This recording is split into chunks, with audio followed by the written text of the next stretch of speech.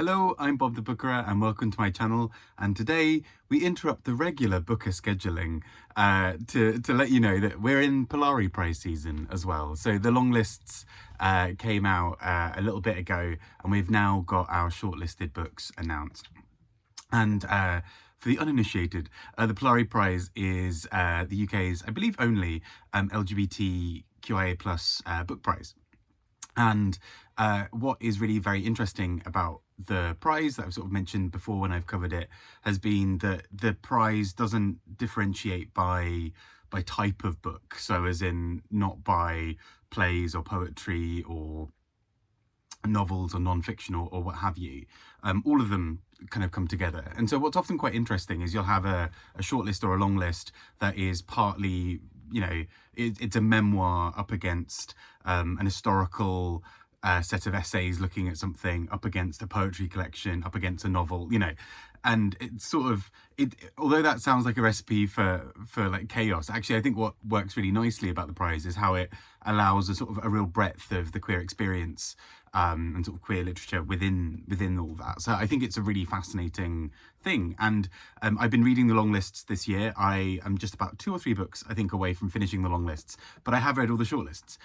So let's talk a little bit about them. And so there are 2 shortlists I'm going to be mentioning. I'm not going into a great deal of detail about each book, but I do recommend checking out the ones that sound of interest to you. The prize is split across three different sort of shortlists. This year, so the children's and young adult one is only every 2 years, so it's not this year. But we have the Polari Book Prize, which is the sort of general prize for non-debuts, and then we have the First Book Prize, which is for debuts. And long-time subscribers may know that for years, every time I try to talk about it, I will talk about the First Book Prize and the prize for books that are not their first book prize, and couldn't find the wording. But yeah, non-debut. It was staring me in the face all that time. Anyway, with that in mind, let's get to it. And I think some of what sort of is immediately apparent, I think, on a list like this is books that have had a lot more kind of love and attention and maybe are from bigger name authors, up against often books from really small presses, books by far less known authors, and sort of, yeah, it's a kind of a really interesting mix. So let's quickly do some of those. So the shortlist for the Polari Book Prize itself are several books, including some that I absolutely adore. So we have Julia Armfield's Our Wives Under the Sea, an incredible book that is all about a couple who are trying to navigate a sort of long distance relationship to some degree, where one of them is under the sea, sort of working in a submarine. But I think this book does so much more than this. I did a solo review of it ages ago, but I just think this book is a marvel. I think it's just such a brilliant, beautiful book. It's very funny, it's very clever, and very silly, but also incredibly impactful and lyrical and meandering and thoughtful, and it's brilliant in many ways.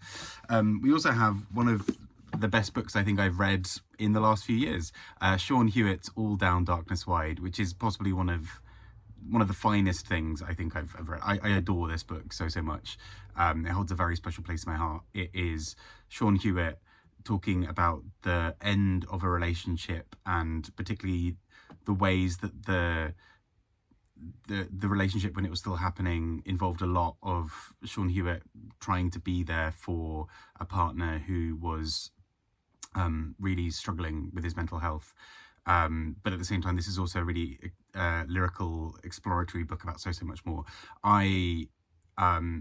This is one of those books that really made me slow down and read it in small sections, because I just think this book is so phenomenal, but also so rich, and I didn't want to miss a single thing. So yes, absolutely loved it. We have Here Again Now by Okechukwu Nzelu, and this is a book about a young gay man trying to navigate a society around him that is not particularly accepting, and in many ways this book also just, I mean, there are these moments of absolute violence and brutality and fear, coupled with this real tenderness and softness, that I think is just a very exciting display of who I think is going to be a very exciting author with his next few books, I'm sure, because I thought this was just an incredibly impactful book as well. This is not his debut, obviously, because he's in this section, but just really exciting voice, I think. We then have Fire Island by Jack Parlett.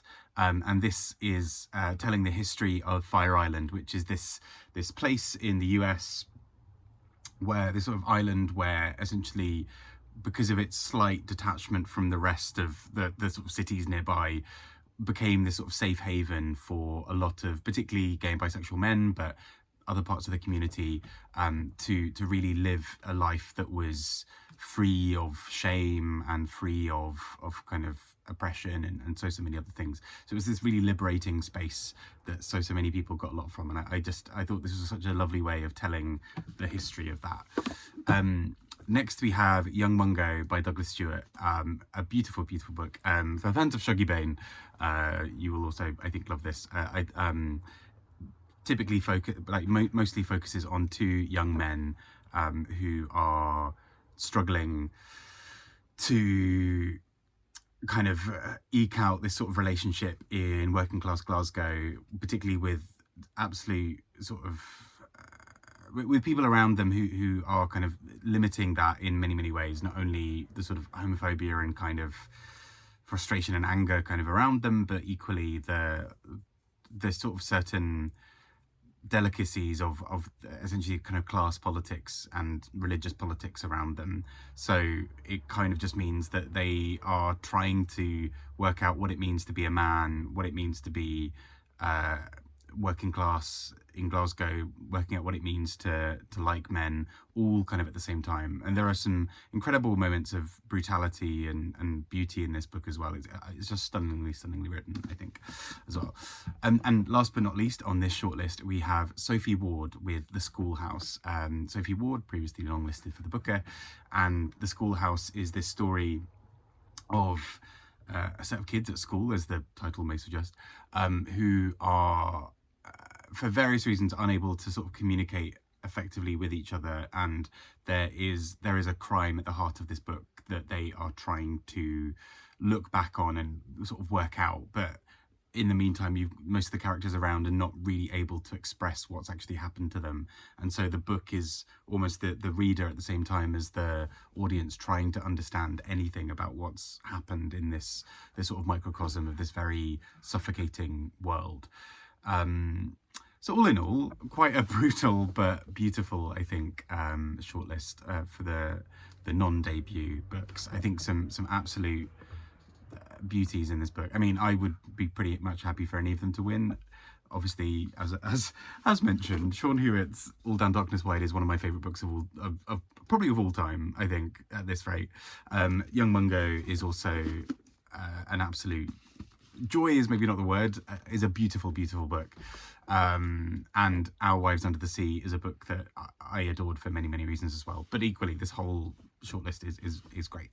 And with that in mind, let's go to the other shortlist for first books. So the first book prize, so these are all debut books for these authors. The first being None of the Above by Travis Alabanza.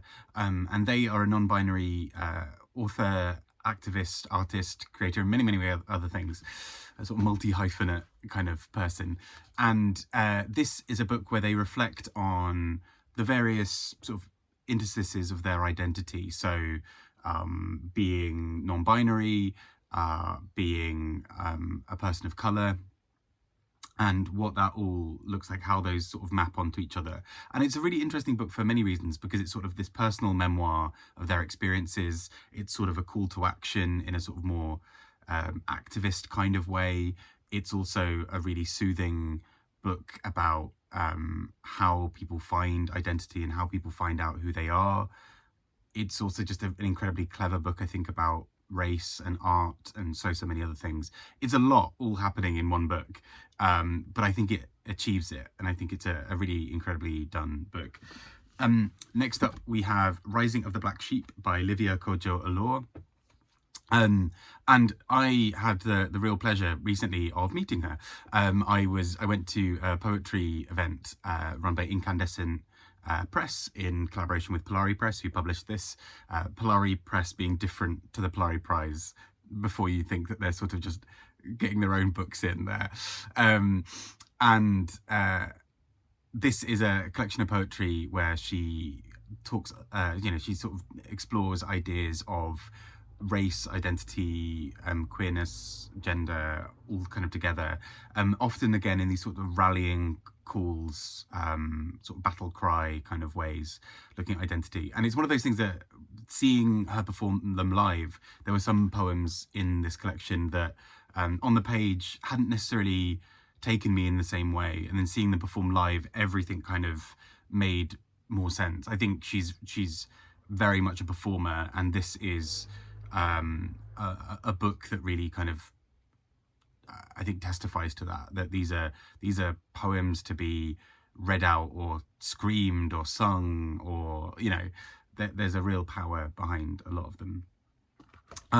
We also have next up The New Life by Tom Crew, a book again that I've rambled about incessantly this year. A book that looks at particularly the Victorian era and early kind of conversations that were happening both in the medical field and sort of socially around the recognition and or future legalization or decriminalization, I should say, of homosexuality. And particularly this focuses on the relationship between two men who are trying to put together some kind of journal or book or what have you that collects the experiences of inverts and people who sort of fit within that.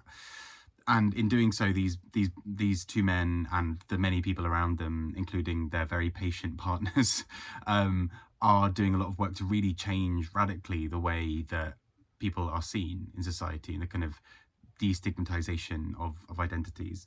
And I think this book is beautiful. It's incredibly funny and sexy and clever. I think it often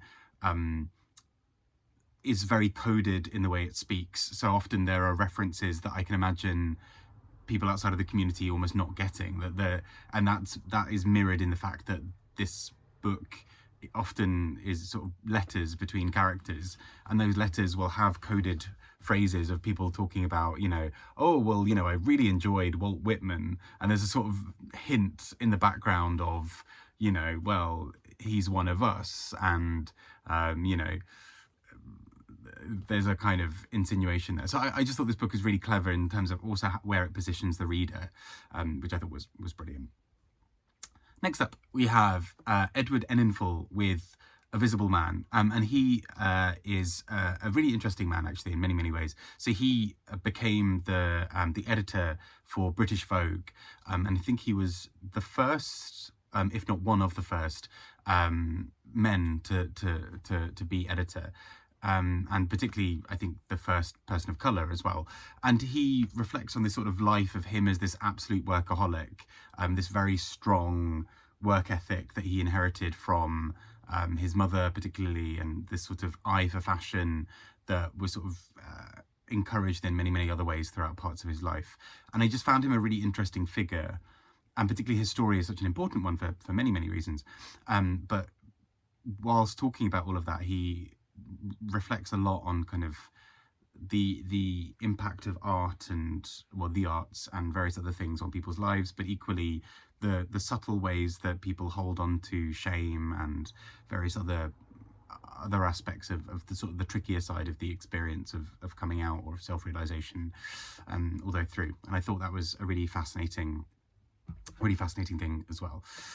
Next up, we have Love from the Pink Palace by Jill Nalder, and this is a memoir of her, her talking about her life, and particularly a really fascinating life, where she was kind of she was working in the theatre during the time of the HIV/AIDS crisis, and so many, particularly men, but so many other people as well, around her were dying at an alarming rate, and her home and the sort of community she had built around her became this safe haven to really protect and look after people in her community, and the kind of people around her. So she would often, visit people who were in their last moments. She would support people, she would home them, she would find ways that people could be homed, she would fundraise to look into research or to provide palliative care and all of these other things. And she did so many things. And I just think it's a fabulous story of a really incredible woman who's incredibly modest throughout the book, which is really quite interesting, because it's so funny. You know, she's been at the heart of so many things and helped so many people, and she sort of was just like, well, you know, I did what I had to do. And it's a really charming book in that respect, definitely. And last but not least, The Whale Tattoo by John Ransom. And so this is a grittier tale. It's a novel looking at particularly these sort of two men particularly, but sort of a wider set of characters who are trying to identify feelings in a landscape where men are not particularly good at talking about them, and where sex is this act that's sort of laden with shame and disgust, and it's kind of not spoken about, and it just really kind of complicated lives of these characters, all living in this very kind of almost quiet space. The characters in this book don't speak too often, or when they do, it sort of, there's almost so much coded because they feel like they can't speak about so much around them. And so I think what this book does really interestingly is create this world of sort of stillness where acts of great violence or horror can happen and it goes almost unmentioned. It's not a big high drama. The life continues and everybody just emerges a little bit more traumatized than they were before. Really fascinating book in many ways. So yeah, those are our two shortlists. I realize I've just rambled very quickly through 12 books. However, I think they're worth your time. I think if any of these sound particularly interesting, do check them out. We've got, you know, it'll be November when the winners are announced, and I'm excited to read the last few from the long lists as well. I've been really enjoying what I've read so far. I think it's just such a brilliant way of championing a really diverse and interesting mix of voices about various aspects of the LGBTQIA plus community. So not only the various letters within that umbrella, but also the experiences that can be so varied depending on class or race, or even the ways these books are written. Some of these are very, you know, straight down the line novels that imagine these sort of fictional worlds, you know, something like Our Wives Under the Sea, with this sort of slightly bombastic or slightly fantastical element to it, and then something much sort of more focused towards a sort of certain goal, like None of the Above by Travis Alabanza, all these other really beautiful memoirs and descriptions in fiction or non-fiction. A really interesting selection, basically. And I'd really urge you, if any of them sound interesting to you, to check them out. It's a really fascinating prize. It's kind of worth looking through the long list this year or previous shortlists and long lists, because often there's a really interesting varied mix of books and genres and what have you. And I've discovered some great books through it over time as well. Anyway, I've been Bob the Booker, talking about the Polari Prize. Take care and speak to you all soon. Bye bye.